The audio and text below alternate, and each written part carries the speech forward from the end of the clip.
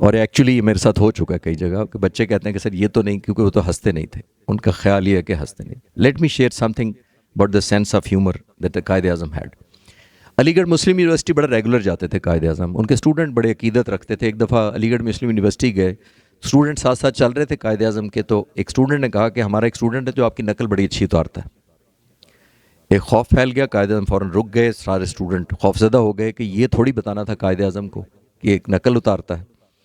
قائد اعظم نے کہا کہ بلاؤ اس کو. وہ جس طرح آیا ہوگا اسٹوڈنٹ، یو کین امیجن. اور قائد اعظم نے کہا کہ سنا تم میری نقل اتارتے ہو؟ تو اس نے کہا یس سر. میرے سامنے کرو.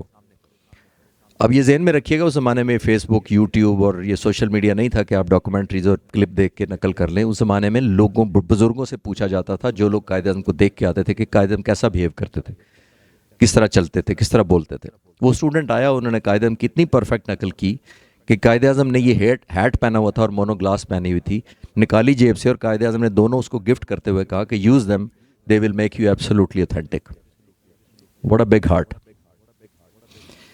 ایک دفعہ قائد اعظم ایک کورٹ میں آرگیومنٹ کر رہے تھے، اور وہ عدالت میں نون تھا، وہ برٹش جو جج تھا کہ بہت نٹوریس تھا فار ہیوملیٹنگ دا بیرسٹرس. کھچا کھچ کو عدالت بھری ہوئی تھی، قائد اعظم کا تماشا دیکھنے کے لیے ان کے اوپوننٹ بڑے آ گئے کہ قائد اعظم کی انسلٹ ہونی ہے. تو جو آرگومنٹ سٹارٹڈ، یہ ٹائم آیا کہ پہلے انہوں نے اوپوننٹ وکیل کو لاجواب کر دیا، پھر جج کو لاجواب کر دیا، اور جج کو اب آہستہ آہستہ غصہ آنا شروع ہوا کہ اس کو کوئی روم نہیں مل رہا تھا کہ قائد اعظم کو کیسے پکڑے. غصے کی یہ حالت ہو گئی کہ جج نے غصے میں الٹیمیٹلی قائد اعظم کہا کہ mister Jinnah, at least you should have respect for my grey hair. To which he said, allow me to say my lord, I have not been taught to respect those grey hair if there is no wisdom beneath them. And an outstanding sense of fashion can be gauged from this picture. I have dozens of these pictures where he got a purpose-built photo shoot. You can imagine he's not sitting for a meeting or something like that, holding a pipe in his right hand. This will tell you this kind of dress sense that he had. From top to bottom, I kept wondering who's better dressed as compared to a British walking with him. And I read in probably more than 5 books that he never repeated the tie once he wore it. This was the style that he had. We have women here sitting, and you'll be surprised to know that Quaid-e-Azam in 1906 onwards physically took part in the protest for a voting right to the British woman when he was residing in London. The Britain gave the voting right to the women in 1920. This was and he was clear. He said, from the beginning of my life, I am clear that women should play the equal role as good. And that's the biggest symptom is that his own sister obviously remained beside him. Talking about his professional integrity, ladies and gentlemen, جب مشہور ہو گئے بہت وکیل، تو یہ face بھی advance لیتے تھے، لیکن کیس پہلے پڑھتے تھے کہ اگر سچا ہوتا تو ایکسیپٹ کرتے تھے، ورنہ واپس کر دیتے تھے. ایک کاروباری شخص تھا لاہور کا، وہ قائد اعظم کے پاس آیا اپنا مقدمہ لڑنے، پڑھا کہ لڑوں گا. وہ میرا ملک کا وہ شاید وہ زمانہ تھا، یا اس زمانے میں ہندوستان ایسا تھا کہ ایون وکیل کو پتہ ہوتا تھا کہ کتنی پیشیوں میں مقدمہ ختم ہوتا ہے. اب جج کو بھی نہیں ہمارے ملک میں پتہ ہوتا انفارچونیٹلی کہ کب تک مقدمہ چلنا ہے. تو قائد اعظم نے کہا میں تمہارے 10 پیشیوں میں مقدمہ ختم کروں گا، اور ہر ہیئرنگ کا میں 500 روپیہ لوں گا. اس زمانے میں اس نے 5000 روپیہ ایڈوانس نکال کے قائد اعظم کو دے دیا. 3 پیشیوں میں مقدمہ ختم ہو گیا اور قائد اعظم نے مقدمہ جیت لیا. وہ کلائنٹ آیا، وہ جو بزنس مین تھا وہ آیا سیلیبریٹ کرتا ہوا، اور قائد اعظم نے 3500 روپے کی پیشیاں نہیں ہوئی تھیں، اس کو پیسے واپس دیے کہ یہ تمہارے واپس کرنے تھے. تو اس نے کہا نہیں، یہ آپ کا کمال ہے کہ آپ نے 10 کی بجائے 3 پیشیوں میں ختم کر دیا مقدمہ، تو پیسے آپ کے ہوئے. جس کے بدلے میں قائد اعظم نے جواب دیا، جناب would only take what he deserves. This was his professional integrity. He was a man of ethics and morality. Mumtaz Mufti who was a bureaucrat اپنی کتاب میں لکھتے ہیں کہ جب پاکستان بننے والا تھا تو ایک مسلمان افسر میرے پاس آیا اور اس نے کہا کہ مجھے ایک فائل میرے ہاتھ لگی ہے جس میں انگریزوں اور کانگریس کا ایک پلان ہے کہ پاکستان کیسے آزاد ہونے کے بعد ایک فلاپ سٹیٹ ہو جائے گا، کیسے اس کو ناکام سٹیٹ کریں گے. تو اس میں وہ صرف پولیس آفسر نے پاس کرنی تھی، کہیں پہنچانی تھی. جب اس نے پڑھی تو وہ ممتاز مفتی کہتے ہیں میرے پاس آیا کہ میں قائد اعظم کے نالج میں لانا چاہتا ہوں یہ. تو انہوں نے کہا کہ چلے جاؤ قائد اعظم کے پاس، ان کو دکھاؤ. جب قائد اعظم کا ان کے آفس پہنچے اور بڑا زور لگانے کے بعد ان کو اپائنٹمنٹ مل گئی کہ بہت ضروری ہے اور بڑی ایمرجنسی ہے، تو before he could open the file in front of Quaid اعظم، انہوں نے کہا میں آپ کے لیے ایک سیکرٹ پلان لایا ہوں جو میں نے ڈسکلوز ہوا ہے، جو میرے ہاتھ لگا ہے. تو بجائے یہ پوچھنے کے پلان بتاؤ، قائد اعظم نے پوچھا کہ as a police officer are you supposed to share this information, am I the authorised person? اس نے کہا نو سر. اس نے کہا then take this back and if you are ever considering to migrate to Pakistan don't ever come to Pakistan. We don't need such police officers. What a big heart. Ladies and gentlemen, as a governor general 1 روپیہ تنخواہ رکھی کیونکہ ملک غریب تھا. 14 سال پرانی اپنی گاڑی بائی شپ منگوائی اور ایز اے گورنر جنرل گاڑی یوز کرنا شروع کی. پرانا جہاز استعمال کرتے رہے جب تک ان کو بتایا گیا کہ یہ فلائٹ سیفٹی ہیزرڈ ہے کیونکہ اس کے انجن اور دوسرے اسپیئر پارٹس نہیں ملتے اور آپ کے ساتھ دوسرے ہیڈز آف دا اسٹیٹ بھی سفر کرتے ہیں. تو بڑی مشکل سے کنونس ہوئے کہ جہاز بدل لینا چاہیے سیفٹی کی وجہ سے. امریکہ میں آرڈر کیا گیا. اس زمانے میں ابوالحسن اصفہانی ان کے دوست بھی تھے اور واشنگٹن میں ایمبیسڈر بھی تھے. تو جب آرڈر ہوا جہاز کو، اس کمپنی کو پتہ لگا کہ یہ جہاز ہم پاکستان کے فاؤنڈر کے لیے بنا رہے ہیں، تو انہوں نے امبیسڈر کے تھرو کلوایا کہ یہ ہماری انسلٹ ہے اگر آپ یہ جہاز، کیونکہ انہوں نے کہا کہ یہ اکانومی ورژن جہاز لوں گا اور وی آئی پی ورژن نہیں جہاز لینا، بچت کے سینس میں. ذہن میں رکھیے گا کہ وی آئی پی ورژن کوئی ٹینس کورٹ وغیرہ نہیں تھے اس کے اندر. V I P version was simply a better little cushion, intercom with a pilot, table in the centre and maybe ashtray. That's it. He did not order that. اس company نے کہا کہ یہ ہماری insult ہے تو ہم اس کو ایک ٹوکن سی اماؤنٹ آپ کو ایڈ کریں گے تو ہم اس کو اپ گریڈ کر دیتے ہیں as a we I P version. مشکل سے قائد اعظم کو منایا گیا. جب وہ جہاز آیا تو منسٹری آف فائنانس کو جب وہ بل گیا تو منسٹری آف فائنانس نے وہ ریفیوز کر دیا بل ادا کرنے سے کہ یہ جو ایکسٹرا اماؤنٹ آپ نے ڈالی ہے this has not been approved by us. اس کو کہتے ہیں ادارے مضبوط ہونا، صرف لفاظی سے تو نہیں ہوں گے. خواتین و حضرات، ایک ٹرو لیڈر جس کو ہم کہتے ہیں، ابوالحسن اصفہانی آپ کے رائٹ سائڈ پہ نظر آ رہے ہیں قائد اعظم کے ساتھ. He was the ambassador that I was talking about. 28 اگست 1947 پاکستان بننے کے 14 دن بعد یہ اپنی کتاب میں لکھتے ہیں کہ میں قائد اعظم سے ملنے گیا گورنر جنرل ہاؤس میں. تو رات کو 9 بجے ہماری میٹنگ ختم ہوئی تو قائد اعظم نے جس کمرے سے اٹھے لائٹیں آف کرنی شروع کر دیں.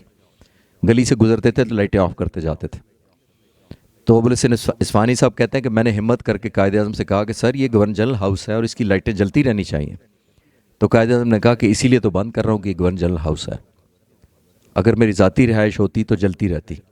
یہ لائٹیں لوگوں کے پیسوں سے جل رہی ہیں. میں سیڑھیوں پر کھڑا ہوں، جب تم نیچے پہنچ جاؤ گے تو یہ لائٹ آف کر کے واپس جاؤں گا. یہ آپ کو پسند آئے گا اور آج کل کے حالات سے اس کا کوئی تعلق نہیں ہے. Captain Gul Hassan later rose to be the army chief, was the ADC to Quaid Azam. یہ کہتے ہیں میں ایک دن دفتر میں بیٹھا ہوا تھا، ایک شخص آیا اور اس نے آ کے تعارف کرایا کہ میں قائد اعظم کا بھائی ہوں اور اپنا وزٹنگ کارڈ دیا جس پر لکھا ہوا تھا Ahmad Ali Jinnah, brother of Quaid Azam governor general of Pakistan. تو میں نے پوچھا کہ آپ نے بھائی سے ٹائم لیا تھا؟ انہوں نے کہا نہیں، صرف کارڈ دے دیں قائد اعظم کو جا کر وہ بنا. وہ ایکچوئل بھائی تھے، ان کے سگے بھائی تھے. جب وہ کارڈ لے کر قائد اعظم کے پاس گئے تو قائد اعظم نے پوچھا کہ بھائی نے ٹائم لیا تھا پہلے آنے سے؟ اس نے کہا نہیں لیا تھا، ملنا چاہتے ہیں آپ سے اور یہ کارڈ دیا ہے. قائد اعظم نے کارڈ پڑھا. دوسری لائن جس کے اوپر لکھا ہوا ہے brother of Quaid Azam governor general of Pakistan, اس کو لال پین لے کے کراس کیا اور کارڈ واپس ADC کو دیا. یہ ان کی کتاب میں لکھا ہوا ہے. وہ کہتے ہیں مجھے کہا کہ tell him to get the new card made, I might see him. Can't even imagine somebody doing this کہ کاٹو اور نیا کارڈ بنواؤ. فاطمہ جناح کہتی ہیں کہ بھائی نے ایک دن مجھے کہا کہ بیکری کو کہو کہ ہم فضول خرچی کرتے ہیں. پوری بریڈ آتی ہے گورنر جنرل ہاؤس میں روزانہ. وہ کہتے ہیں ہم بہن بھائی صرف 3 یا 4 سلائس کھاتے ہیں. اس زمانے میں ریفریجریشن اتنی اچھی نہیں تھی تو بریڈ اگلے دن کھانے کے قابل اس طرح نہیں رہتی. تو بیکری کو کہو. فاطمہ جناح نے بیکری کو رنگ کر کے کہا کہ آپ 4 سلائس کا سانچہ بنا کے یا مولڈ بنا کے ہمیں چھوٹی ڈبل روٹی نہیں دے سکتے؟ کیونکہ قائد اعظم کہتے ہیں کہ یہ ملک کا پیسہ ضائع ہوتا ہے. اس بیکری نے 4 سلائس کی ڈبل روٹی گورنر جنرل ہاؤس بھیجنا شروع کر دی. خواتین و حضرات، میں اس لیے شیئر کر رہا ہوں کہ اس ڈبل روٹی چھوٹے ہونے سے ملک امیر نہیں ہوتا، نہ اس وقت نہ آج. لیکن آپ میسج دیتے ہیں کہ اگر کہیں سے شروع کرنا ہے تو مجھ سے شروع کرنا ہے. حکم یہ تھا کہ گورنر جنرل ہاؤس میں کوئی ایکسپینڈیچر ہوگا تو جب تک قائد اعظم خود سائن نہیں کریں گے ایز اے گورنر جنرل تو وہ بل ادا نہیں ہوگا. آپ حیران ہوں گے کہ میں ایک جگہ پڑھ رہا تھا کہ قائد اعظم نے ڈرائیور کے ساتھ اپنی گاڑی کا میٹر روزانہ ریڈ کر لکھتے تھے اور پیٹرول کے پیسوں کے ساتھ حساب لگاتے تھے کہ اتنے پیٹرول میں گاڑی نے کتنے کلومیٹر کیا ہے. اس وقت کرتے تھے گورنر جنرل ہونے کے باوجود. یہ ڈرائیور کہتا ہے کہ مجھے پیسے دے کے پھر حساب لگاتے تھے. اور دوسری طرف یہ عالم تھا کہ ویسے پیسے دیتے تھے کہ سب ملازموں کو کہو کہ اچھا کھانا کھا لے جا کے جیب سے. That's a different. ایک دفعہ 37 روپے کا ایک بل لایا گیا قائد اعظم کے پاس, کچھ پرچیزز کرنی تھی اور وہ فرنیچر کا بل تھا. ایک ایک کر کے اپروو کرتے گئے. ایک 7 روپے کی کرسی پر آ کر رک گئے. پوچھا یہ کرسی کس لیے چاہیے؟ تو انہوں نے بتایا کہ یہ فاطمہ جناح کے کمرے میں کرسی نہیں ہے, ان کے لیے چاہیے. تو پیار سے بہن کو فاطی کہتے تھے. اس کرسی کو کراس آؤٹ کیا, ڈس اپروو کیا, اور انگریزی میں ADC کو کہتے ہیں کہ Fati can afford a chair for herself, why should the nation pay for it. آتے ہیں جی زیارت میں کیسا سٹے تھا. بہت کم لوگ جانتے ہیں کہ قائد اعظم کو اخبار اگلے دن ملتا تھا. ٹرین سے کوئٹہ پہنچتا تھا اور پھر زیارت پہنچتا تھا. بڑا اپنے لیڈر کی کمٹمنٹ اور پرسیویرنس دیکھیں کہ ملکی حالات اور انٹرنیشنل اور گلوبل اکانومی اور dollar price and every thing کرنے کے لیے وہ ٹکر مشین یوز کرتے تھے. یہ کنٹینیوس چلتی رہتی ہے جسٹ لائک وہ ٹیلی پرنٹر کی طرح. اس کے اوپر سٹپ کے اوپر ساری انفارمیشن اور نیوز آتی ہے, وہ پڑھا کرتے تھے تاکہ مجھے کرنٹ خبریں ملتی رہیں دنیا داری کی. ADC کہتے ہیں ان کے کیپٹن نور جو بعد میں بریگیڈیئر ریٹائر ہوئے, وہ کہتے ہیں کہ جب ہم کوئٹہ پہنچے تو قائد اعظم کے پاس کراچی جیسی جو کراچی میں یوز ہوتی ہیں کاٹن کی جرابیں تھیں. ڈاکٹروں نے کہا کہ آپ کو گرم جرابوں کی ضرورت ہے, کوئٹہ بازار سے جرابیں خریدنی چاہیے. تو ADC کو 10 روپے دیے کہ جرابیں لے آؤ. اور ساتھ کہتے ہیں جب ADC کہتے ہیں کیپٹن نور کہ جب میں دروازے پہ پہنچا تو مجھے واپس بلا کے کہا کہ سنو, سرکاری گاڑی پر مت جانا اور دکاندار کو مت بتانا کہ گورنر جنرل کے لیے یہ جرابیں ہیں, کیونکہ اگر اس کو پتہ لگ گیا کہ قائد اعظم کے لیے ہیں تو پیسے نہیں لے گا اور میری وجہ سے کسی غریب کا نقصان ہو جائے گا. That kind of thoughtfulness. آپ سن کر اور بھی شاید حیران ہوں گے کہ جب زیارت میں لے جائے گئے قائد اعظم تو وہاں بجلی نہیں تھی. There was no power supply there. Generator چلتا تھا سارا دن. قائد اعظم نے کہا کہ یہ فضول خرچی ہے, جنریٹر اتنا زیادہ چلتا ہے, قوم کا پیسہ ضائع ہوتا ہے, 6 بجے جنریٹر شام کو روزانہ بند کر دیا جائے. یہ حکم صادر ہو گیا. ان کے ADC لکھتے ہیں اپنی کتاب میں کہ میں ایک دن گزرا 9 بجے قائد اعظم کے کمرے سے آگے سے, تو لیمپ میں کام کر رہے تھے سرکاری فائلوں کا, مٹی کا تیل جلا کر. تو میں نے ہمت کر کے ناک کیا اور کہا کہ سر آپ سرکاری فائلوں پہ کام کر رہے ہیں تو جنریٹر چلوا دوں. تو جواب دیا قائد اعظم نے کہ rules here are also work governor general. It is my fault that I did not finish my work on time. تو جنریٹر ول ناٹ رن. یہ چیزیں میں کچھ کلیریفیکیشن کرنا چاہتا ہوں کیونکہ اتنی آگسٹ گیدرنگ ہے تو بہت مسپرسیپشن ہوتی ہے. ڈڈ جناح سے that making Pakistan was my biggest mistake? یہ بالکل نہیں ہے. نیگیٹیوٹی پھیلائی جاتی ہے, ڈس اپوائنٹمنٹ پھیلائی جاتی ہے. جرنلسٹ کے لیے کیا رسپیکٹ تھی, ذرا آج کے پھر کمپیریزن نہ کریے گا. ایک چائے کا بسکٹ بھی نہیں پوچھتے تھے جرنلسٹ کو. اور ایک دن ADC نے پوچھا کہ سر آپ چائے تک نہیں پوچھتے جرنلسٹ کو, کیا وجہ ہے؟ انہوں نے کہا that is because of my great respect for the journalist and their profession. I do not want to compromise their integrity by offering hospitality. What a standard. اور آج کل کیا ہو رہا ہے اس کی بات نہیں کر سکتے ہم. He was a politician with immense grace, ladies and gentlemen. مجھے نہیں یاد پڑتا کہ آج کل کی دنیا میں کوئی اتنا گریسفل پولیٹیشین اس سینس میں ہو کہ اس کے ہاتھ اتنی بڑی اپرچونٹی آئے اور وہ اس کو انکیش نہ کرے. قائد اعظم کی بیٹی ہم سب کو جانتے ہیں کہ ایک پارسی سے شادی کر لی قائد اعظم کی مرضی کے خلاف. بہت ان کے جو مخالف تھے انہوں نے پروپیگنڈا کیا کہ جو شخص اپنی بیٹی کو کنٹرول نہیں کر سکتا اس نے ملک کو کیسے چلانا ہے. ڈگنیفائڈ رہے, کبھی جواب نہیں دیا. ایک ٹائم آیا کہ مسز ماؤنٹ بیٹن اور نہرو کے درمیان کو جو ریلیشن تھا وہ بیونڈ ڈیسینسی تھا. They use to write letters to each other which were objectionable. لیکن قائد اعظم نے کبھی اپنا رسپونڈ نہیں کیا تھا. 1946 میں لیاقت علی خان کے ہاتھ وہ لیٹرز لگے مسز ماؤنٹ بیٹن اور نہرو کے درمیان لکھے ہوئے, اور وہ لیٹر لے کر قائد اعظم کے پاس آئے کہ سر اب ہماری باری ہے حساب کرنے کی. میں سمجھ رہا تھا یہ اس زمانے کی ویڈیو لیک ہی ہوگی جو آج کل ہوتی ہیں. تو ہی شوڈ ہیو سیلیبریٹڈ اور انعام و کرام سے نوازتے اس کو کہ یار بریلینٹ, باقی بھی لے کر آؤ. کیا کہتے ہیں لیاقت علی خان کو؟ کہتے ہیں should I use blackmail against my political opponents? History is made by the will and wants of millions of people, not some letters of blackmail. اور وہ خط جلوا دیے قائد اعظم نے.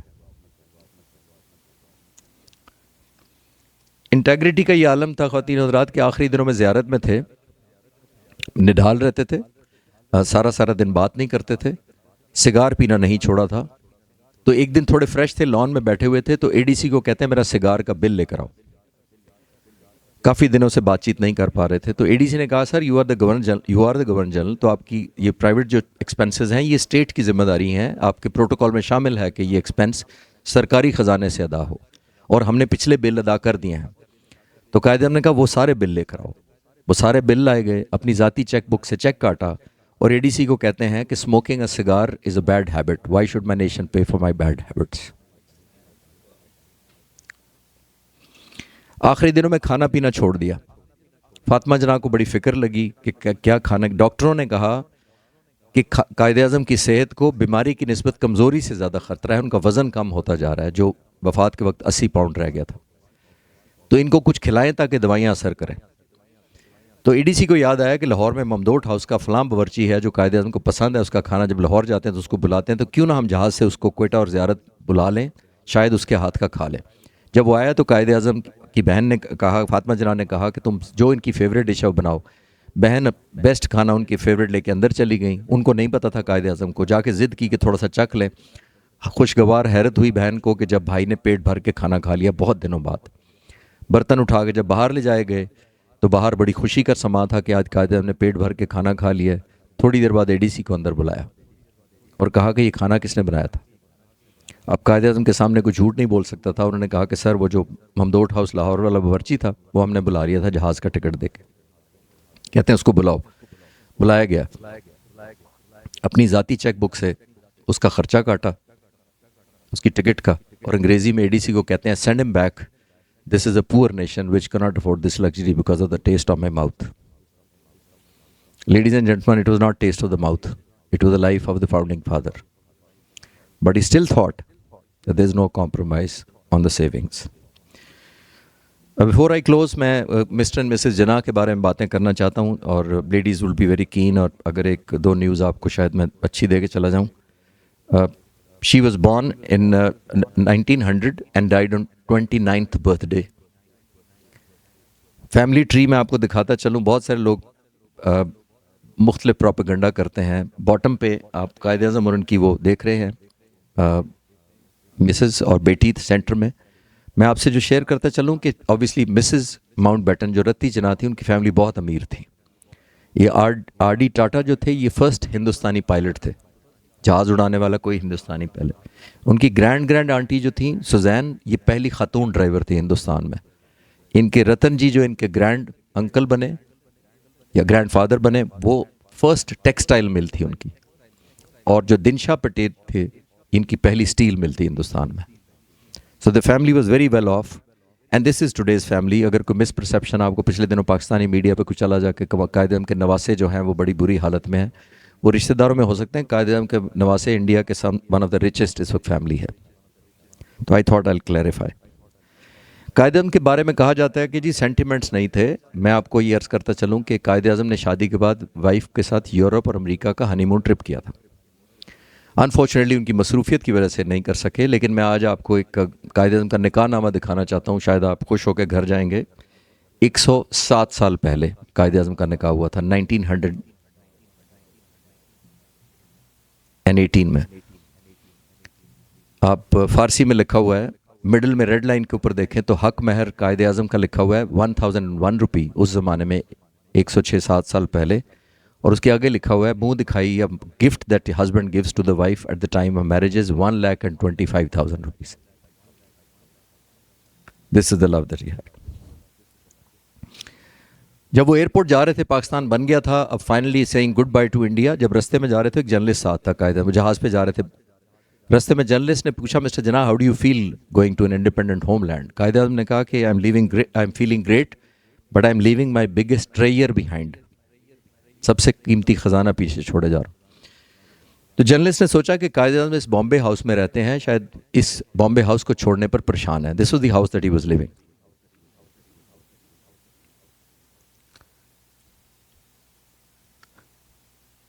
یہ ہندوستان نے اپنی پراپرٹی میں کیا ہوا ہے, انفارچونیٹلی آج بھی کنفسکیٹڈ ہے. نہ ایمبیسی کے لیے کنورٹ دیا, نہ جناح کی فیملی کو دیا گیا. تو قائد اعظم نے کہا آئی ایم ناٹ, اور وہ سمجھا کہ آپ جناح ہاؤس, اس نے کہا کہ سر آپ اس پہ پریشان ہیں, ایک Bombay house, you got the whole country. تو قائد اعظم نے کہا کہ I am not talking about Bombay house, I am talking about my daughter who he was leaving obviously as a biggest treasure behind. ایک اور مسپرسیپشن لوگوں کو بہت زیادہ پھیلائی گئی ہے کہ قائد اعظم نے بالکل قطع تعلق کر لیا اپنی بیٹی سے. ایسا نہیں تھا. وہ خطوط لکھا کرتی تھی, قائد اعظم جواب دیا کرتے تھے, اپنے بچوں کو قائد اعظم کے گھر چھوڑ جایا کرتی تھی, وہ سارا دن نواسوں سے کھیلا کرتے تھے.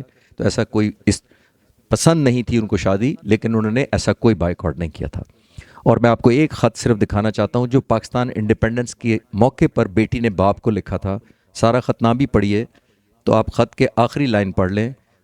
والد کو بیٹی لکھتی ہے, take care of yourself papa darling, lots of love and kisses دینا. تو دیٹ ٹیلز یو کہ کیا انٹیمیسی تھی. حکومت پاکستان نے اسپیشل جہاز بھیجا تھا ہندوستان, اور انہوں نے قائد اعظم کے جنازے میں شرکت کی تھی. سیلف لیسنس کا یہ عالم ہے. میں ابھی گاندھی میوزیم میں بھی بات کر رہا تھا, مجھ سے پوچھا گیا تھا کہ وہ how do you identify leader, اور میں کہتا ہوں کہ اس کی پہلی نشانی یہ ہوتی ہے کہ وہ سیلف لیس ہوتا ہے.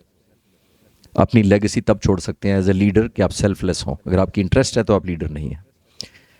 اپنی وصیت میں لکھا کہ جب میں اس دنیا میں نہ رہوں تو میری جائیداد کو 3 حصوں میں بانٹ دیا جائے. 1 part to Aligarh Muslim University, the other to Islamia College Peshawar, and 3rd to Sindh Madressatul Islam Karachi. Please note that all 3 are educational institutions. باقی بہن بھائیوں کا وظیفہ لگوا دیا اپنے پیسوں میں سے. یہ ڈاکومنٹریز اگر آپ دیکھنا چاہیں تو اس پہ کر لیجیے گا. I am not for that kind of thing. آخر میں یہ کہنا چاہوں گا کہ علامہ اقبال بہت سپورٹ کرتے تھے قائد اعظم کو. ایک دفعہ علامہ اقبال سے کسی نے پوچھا کہ why are you after mister Jinnah, جبکہ ہندوستان میں درجنوں لیڈر مسلمان اور بھی ہیں, تو آپ اس لیڈر کو کیوں سپورٹ کرتے ہیں؟ تو علامہ اقبال نے جواب دیا تھا that Jinnah has supreme integrity and he is not purchasable. یہ ویژن دیکھیے مفکر پاکستان کی. اب میں آخر میں یہ بتانا چاہتا ہوں کہ کیسے انٹیگریٹی, تو میں نے سگار اور ٹریول اور شیف سے آپ کو ثابت کیا ہے کہ دس واز دی انٹیگریٹی. اب دیکھیے پرچیزبل کیسے. آخری وقت جب جون 1947 میں یہ طے پا گیا کہ یہ ملک آزاد ہوں گے 2 علیحدہ, تو پہلے نہرو قائد اعظم کے پاس آیا اور آ کے کہا کہ آپ آزادی کی ضد چھوڑ دیں تو ہم آپ کو بہت کچھ دینے کو تیار ہیں. نہیں مانے. پھر ماؤنٹ بیٹن نے بلایا تو لڑائی ہو گئی, غصے میں آگے چھوڑ کے. پھر گاندھی آخر میں آیا اور اس نے آ کے کیا آفر کیا وہ ذرا نوٹ کرنے والا ہے. اس نے کہا کہ mister Jinnah, if you forgo Pakistan we are ready to make you the first prime minister of all India. Please note ladies and gentlemen, یہ پاکستان قائد اعظم کو مل رہا تھا اور اس ملک کی پرائم منسٹرشپ آفر ہو رہی تھی. آج کل کا کوئی پولیٹیشین ہوتا ہمارا تو اس نے کہا جی جمہوریت کی بقا کے لیے ہم نے جمہوریت بچا لی ہے اور پھر میں وزیر اعظم بن جاؤں گا.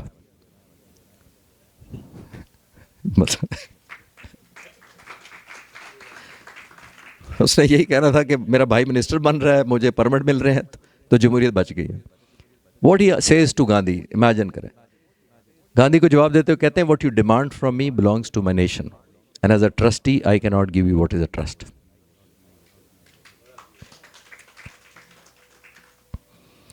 Ladies and gentlemen, he was truly a hero and we all thank him for giving us a beautiful homeland. وہ کتنا بیوٹیفل اب ہے وہ ہماری غلطیوں کی وجہ سے ہو سکتا ہے, بٹ قائد اعظم کا اس میں کوئی نیگیٹو کنٹریبیوشن نہیں ہے. And at the end I like to say that this research and talk is dedicated to the man who welded scattered crowd of Muslims into a nation. Thank you very much, ladies and gentlemen. آپ کو آج میں دل کی بات کرتے ہیں کیونکہ آپ نے چشتی صاحب کو سنا ہے, اور میں ایک اتنے بڑے عظیم لیڈر جس نے پاکستان بنایا اور میں اس کا فرزند پاکستان کا فرزند ہوں, تو کیوں نہ ہم ایک ایسا کام کریں کہ ہمارے بارے میں لوگوں کو سمجھ لگے کہ ہمارا اصل لیڈر صرف ایک ہے, قائد اعظم محمد علی جناح. تو 2-3 سال پہلے میرے ساتھ ہمارے دوست جو ہمارے صدر ہیں قائد اعظم فاؤنڈیشن کے, بھٹی صاحب کے ساتھ میں نے بات کی, طاہر بھٹی صاحب کے ساتھ, تنویر صاحب کی بات کی کہ ہم ایک قائد اعظم فاؤنڈیشن بناتے ہیں ہیوسٹن میں, تاکہ ہمارا امپریشن ہو کے جائے ہم ایسے لیڈر کے جو اس کی انٹیگریٹی کے بارے میں, گاندھی دنیا کا ہر لیڈر یہ کہتا ہے کہ یہ ایسا لیڈر ہے جس میں کسی قسم کی کوئی کمپرومائز نہیں کر سکتا, اور اس کی ایگزامپل آپ نے ہمارے ایئر کموڈور صاحب خالد چشتی صاحب نے بھی بیان کی ہیں. تو ہم نے کوشش کی کہ ہم نے آرگنائزیشن میں 2 سال پہلے آرگنائزیشن بنا لی, اور میں نے ریسرچ کی کہ بھئی قائد اعظم کو کون اچھی طرح جانتا ہے تاکہ ہم یہ سمجھیں کہ یہ کام کیسے مکمل ہو جائے. تو بڑی مشکل سے مجھے پتہ چلا کہ کوئی ایئر کوموڈور چشتی صاحب ہیں. تو میری ان سے کوئی جان پہچان نہیں تھی. بڑی مشکل سے میں فون نمبر لے کے میں نے ادھر ادھر گوگل کر کے میں نے فون کیا.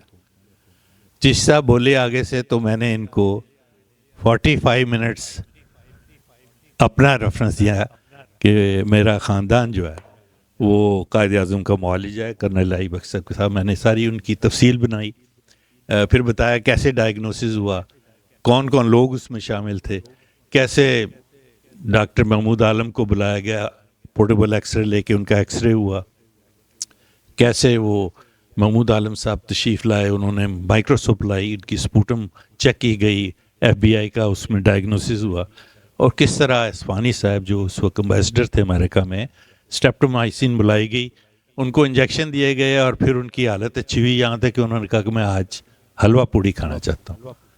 اور وہ قصے جو انہوں نے ابھی سنائے ہیں وہ کک کے, وہ ہمیں کرنل لائی بخش صاحب نے ہمیں ذاتی طور پہ, ان کی بیگم نے ہمیں سنائے.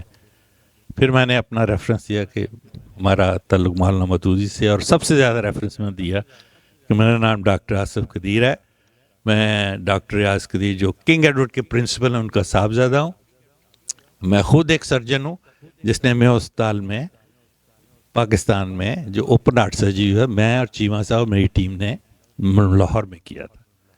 تو اتنے کریڈینشل دینے کے بعد ان کو یہ اعتبار آ گیا کہ یہ ڈاکٹر آصف قدیر ایک پاکستانی ضرور ہے, اس کے روٹس بھی پاکستان میں ہیں, اس کا تھوڑا بہت تعلق بھی ہے قائد اعظم سے, لیکن میری دل میں یہ اسوہ تھا کہ میں ایسے انسان سے بات تو نہیں کر رہا جو کمرشل اینگل سے ہو. تو ان کو پھر میں نے, کیونکہ ڈاکٹر ہوں میں 10-15 مریض روز دیکھتا ہوں, ہر ایک کو ٹٹولنا پڑتا ہے, ان کو میں نے ٹٹولا. تو جب مجھے یہ سمجھ لگا یہ کوئی پیسہ نہیں لیتے کسی لیکچر سے, اور یہ بابا قائد اعظم کے لیے دل سے بات کر رہے ہیں 20 سال سے, تو میں نے کہا کہ بھئی ہمارا اگر پیٹرن چیف ہو تو پھر ایئر کوموڈر خالد چشتی ہو اور کوئی نہ ہو. اب ان کے لیے, ان کے شان شان کرنے کے لیے بڑی مشکل سے میں نے اور بھٹی صاحب نے جگہ ڈھونڈی. پھر میں نے بھٹی صاحب کو کہا کہ کوئی ایسی چیز کریں جو کوموڈر صاحب آئیں تو وہ کہیں کہ ہاں یہ قائد اعظم ہمارے سے خوش ہے, ایسا کام کریں. پھر بھٹی صاحب کو میں نے یہ کام سنا, اور یہ جو قائد اعظم فاؤنڈیشن کی والز پہ قائد اعظم, انہوں نے پھر مجھے نہیں بتایا, یہ چشتی صاحب کے ساتھ منسلک ہو گئے. یہ پاکستان گئے, ان کو وہ لے کے گئے اپنا قائد اعظم لائبریری. قائد اعظم لائبریری وہاں ہے جہاں لاہور جم خانہ ہوتا تھا, لاہور میں جو سب سے عالی شان بلڈنگ تھی گورنر ہاؤس کے سامنے. وہاں پہنچے تو وہاں پانی کا کوئی انتظام نہیں تھا. فوری طور پہ طاہر بھٹی صاحب نے وہاں کولر لگایا. یہ واپس آئے, میں نے کہا یار تم نے بڑا اچھا کام کیا ہے, کم از کم ایئر کوموڈر چشتی صاحب کو پتہ چلے گا ہم جینوئن انسان ہیں. کوئی لائبریری آئے تو پانی پلانے کے لیے ٹھنڈا ہونا چاہیے. سو ہم نے بڑا ایسا کیا کہ ان کو یہ بتائیں کہ ہم بے لوس ہیں, اور میں نے کہا اس لائبریری جو ہم بن رہی ہے اس میں آپ کسی سے پیسہ نہ لیں, ہم خود کریں اپنے پیسوں سے, تاکہ یہ اس کی فائنینشیل ایشو کے بارے میں جب بھی کوئی بات کرے, کوئی بھی شخص یہاں ہیوسٹن میں یا امریکہ میں یہ نہ کہہ سکے جی ہمیں سے انہوں نے پیسہ مانگا تھا. آپ کو میں تھینک کہتا ہوں, آپ کوئی پوچھ لیں, کوئی نہیں آپ کو یہ کہا. اب یہ ہو گیا, اب مجھے انہوں نے بتایا نہیں, اب مجھے پتہ چلا ایک دن جی وہاں 50 کرسیاں آ گئیں, اور مجھے پتہ چلا یہ کرسیاں پاکستان سے آئی ہیں, اور بھٹی صاحب اور چشتی صاحب کی ملی بھگت سے کچھ شیشم کی خاص لکڑی لی گئی, اس کے کشن آگے پیچھے فوٹو کی اور لائیں. تو یہ کام بھی چشتی صاحب نے کیا جو میرے نالج میں نہیں تھا, انہوں نے آپس میں کیا. اور پھر جتنی بھی آپ فوٹو دیکھ رہے ہیں وہاں لگی ہوئی, ان کی ریزولوشن اور ان کی سلیکشن وہ ڈاکٹر آصف یا بھٹی صاحب نے نہیں کی، وہ ہماری چشتی صاحب نے کی. سو یہ ہمارے پیٹرن چیف ہی نہیں، ان کی موریں جو ہے نا قائد اعظم کے ساتھ، ان کی یادوں کے ساتھ ان دیواروں پہ لگی ہوئی ہیں. اب یہ سارا کچھ ہونے کے بعد ہم نے کہا یہ تو ہو گیا، اب لائبریری کا کیا کریں؟ بھائی لائبریری وہ بھی قائد اعظم کی، اور قائد اعظم کی لائبریری میں قائد اعظم کی کتابیں ہونی چاہیے. اور پھر طاہر صاحب نے ان کے ساتھ سیکریٹلی کو کام کیا اور 250 کتابیں لی انہوں نے. آپ سوچیں کہ ایک کتاب ایسی میں نے دیکھی ہے جس میں قائد اعظم نے خود اپنے ہاتھ سے لکھا ہوا ہے، اور اس کتاب کو جب انہوں نے پروکیور کیا تو اس پہ زنگ لگا ہوا تھا، تو اس کو ریگ مال سے صاف کرا کے پرزرو کر کے بھیجا. اور کتاب کی قیمت 100 روپے تھی، وہ ان سے 5-10 ہزار روپے کی مطالبہ. لیکن پیسے کا مسئلہ نہیں تھا، قائد کا مسئلہ تھا. تو انہوں نے دل کھول کے وہ پیسے دے کے تو وہ ساری لیں، اور اب وہ ذخیرہ جو ہے نایاب ذخیرہ ہے وہاں. ایسی کتابیں ہیں جو کہ پڑھنے کے قابل ہیں. یہ سب کچھ ہونے کے بعد جب یہ تشریف لائے تو ایک اس میں فوٹو تھی جس میں گاندھی صاحب اپنا ہاتھ رکھا ہوا ہے، انہوں نے جناح کے صاحب. تو یہ ایشو آیا، میں نے کہا ایک بات ہے کہ ایک ہسٹری ہے، ہسٹری میں قائد اعظم آل انڈیا ریڈیو پہ بول رہے ہیں، گاندھی اور جناح دونوں نے مل کے ہندوستان پاکستان کی آزادی میں حصہ لیا، وہ جو بنے. تو میں یہ سمجھتا تھا کہ ہمیں ہسٹری کو بھی آلٹر نہیں کرنا چاہیے. تو ہم نے وہ جو جناح کی دیواروں پہ جو فوٹو لگائی ہیں اس میں گاندھی اور جناح کو آل انڈیا ریڈیو کو بھی ویسے دیا جیسے یہ تھا. اور یہ بات جو تھی ہم نے ہمارے جو بزرگ لیڈر ہیں برکت چرانیہ صاحب سے کی. برکت چرانیہ صاحب گاندھی میوزیم کے ٹرسٹی میں سے ہیں، اور یہ میں آج ان ٹرسٹی کے وہاں گیا بھی تھا آج، تو ان کا نام لکھا ہوا تھا سر فہرست، اور مجھے نہیں معلوم تھا ان کے ساتھ ہی طاہر بھٹی صاحب کا نام بھی لکھا ہوا تھا. دیکھیں یہ کتنی باتیں ہمارے سے چھپا کے کرتے ہیں بلکہ میں کہوں گا کہ نظر کے تیر بھی چھپا کے رکھتے ہیں. بہرحال وہ وہاں گئے، لیکچر ہوا ایئر کمڈر چشتی صاحب کا. لیٹر بائی لیٹر میں آپ کو بتا رہا ہوں، کوئی الفاظ اپنے سے نہیں میں ڈال رہا ہوں. وہاں کی لیڈرشپ، وہاں کے جنہوں نے یہ سینٹر بنایا تھا اور برکت چرانی سے گواہ ہیں، سب نے کہا ہے کہ دنیا میں اتنے لیڈر دیکھے ہیں، لوگ اتنی دفعہ لوگ آئے ہیں، لیکن جو لیکچر ایئر کمڈر خالد چشتی نے آج دیا ہے ہم نے آج تک کبھی سنا ہی نہیں.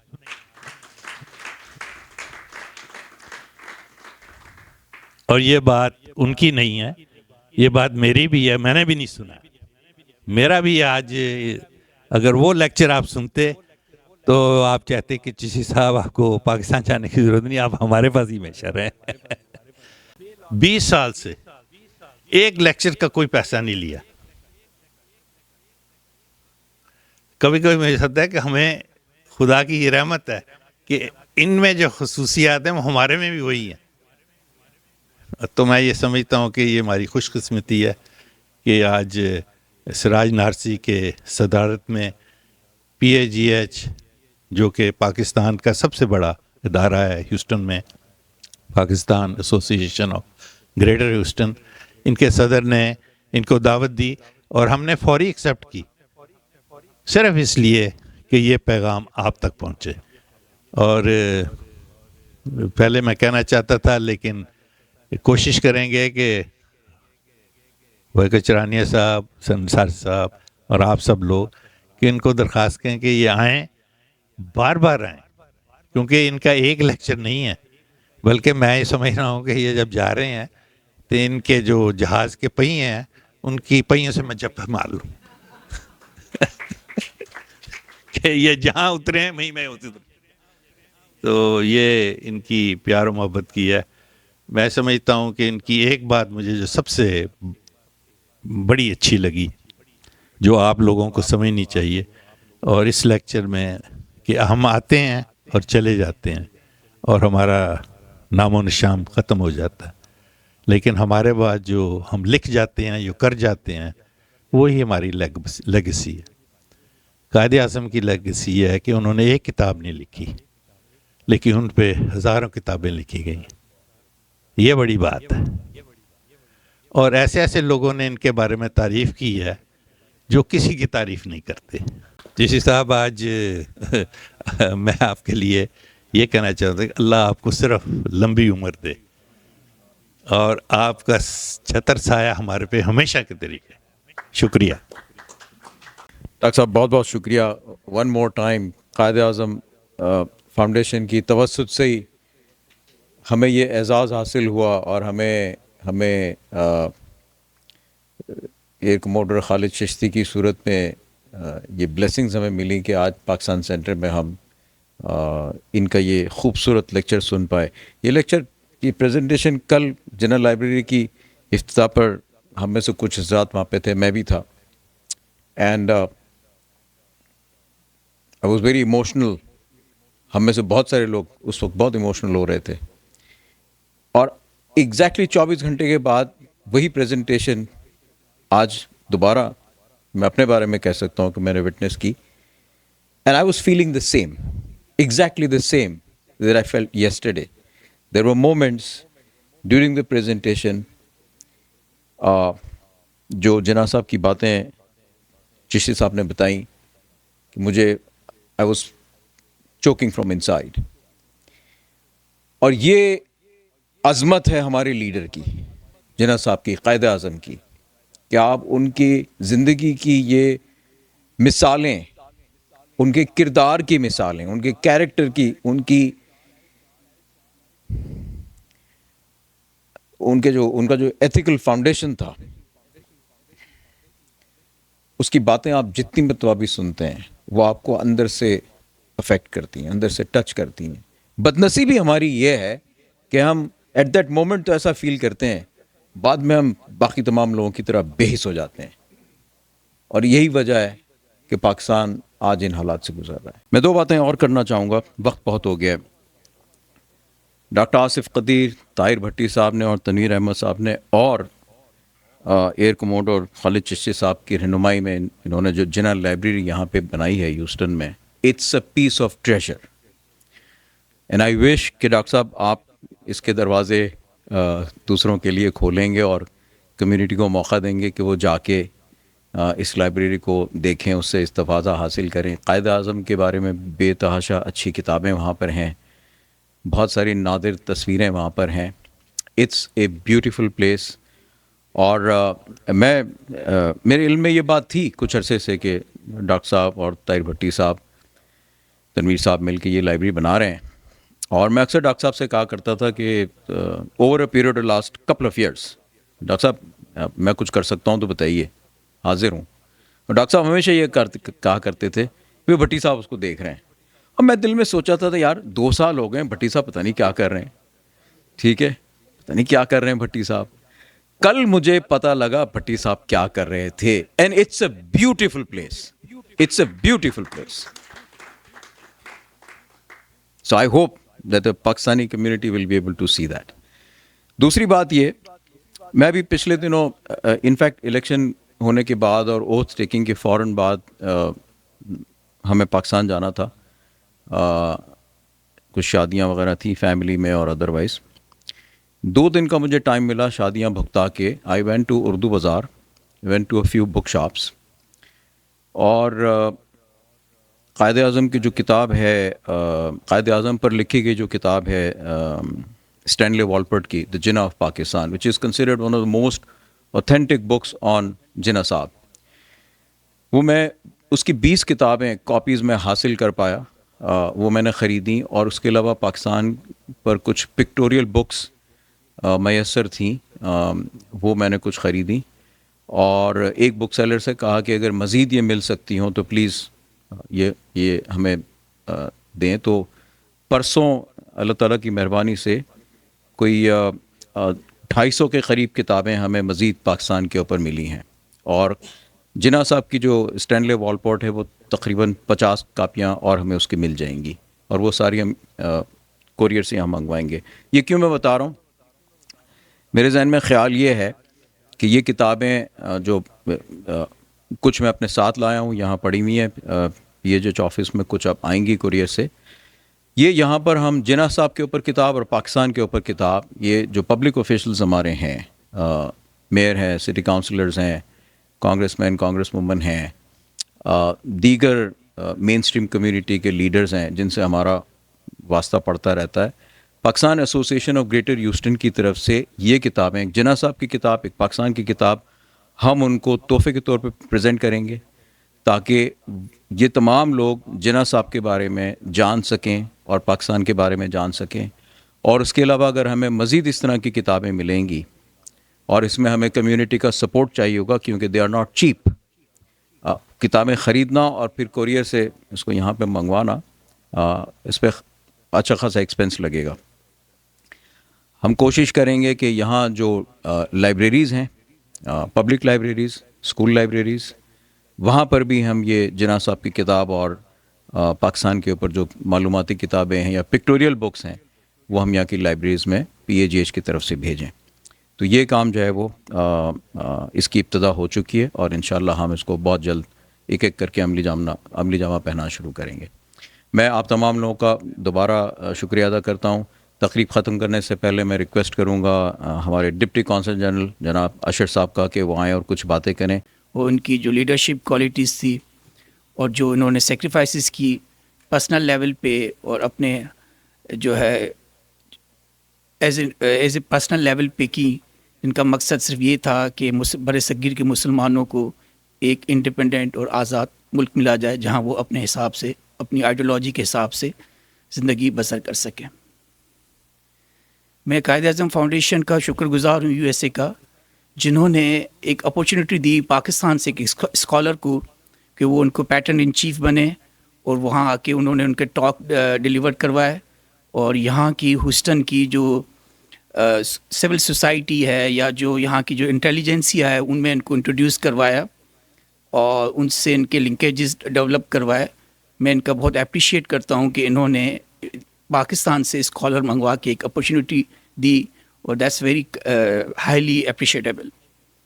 میں PAGH کا بھی شکر گزار ہوں جنہوں نے ہمیشہ پاکستان سے لوگوں کو انکریج کیا, آئے ان کو یہاں انٹروڈیوس کروایا, پاکستانی اسکالرز یا جو کلچرل ڈفرینٹ قسم کے اسٹوڈنٹس یا پروفیسرز یا جو آرٹس اور ان کے جو ماضی میں نے ان کے یہاں پہ لیکچر اٹینڈ کیے ہیں, ان سب کو انہوں نے پروموٹ کیا, اپورچونیٹیز دی, یہاں سے ان کے لنکیجز ڈیولپ کروائے. اور یہی بات ہے کہ یہاں جو پاکستانی امریکن کمیونٹی ہے ان کو بھی جو ہے پاکستان سے جو اسکالرز آتے ہیں ان کو سنتے ہیں, ان سے ان کے پاکستان سے لنکیجز بڑھتے ہیں, انڈرسٹینڈنگ بڑھتی ہے, اور پاکستان سے جو اسکالرز آتے ہیں ان کو بھی یہاں پتہ چلتا ہے کہ جو پاکستانی امریکن کمیونٹی ہے ان کے پلس کیا ہے, وہ کیسے پاکستان کو دیکھتے ہیں, ان کو کتنی پاکستان سے محبت ہے. تو یہ چیزیں جو ہیں بڑی اپریشیٹیبل ہے ہماری پاکستانی امریکن کمیونٹی کی, آپ سب لوگوں کی. اور آخر میں اتنا کہوں گا کہ قائد اعظم محمد علی جناح کی جو بھی ہماری ٹیچنگس دے گئے یونٹی فیٹ ڈسپلن کو, اس کو ہم سب انڈیویجولی فالو کریں, اور ایز اے نیشن ہمیں فالو کرنی چاہیے. پاکستان انشاءاللہ وتھ پیسج آف ٹائم دن بدن ایک مضبوط اور طاقتور ریاست ابھرے گی, اور انشاءاللہ ہم سب جو ہیں وہ پاکستان کو دیکھیں گے کہ ایک ورلڈ اسٹیج پہ ایک اعلیٰ قسم کی ڈیولپ کنٹری انشاءاللہ کچھ عرصے میں امید ہے کہ وہ آئے گی, اور ہم سب جو ہیں اپنے حساب سے پاکستان کا نام روشن کریں گے. Thank you. السلام علیکم.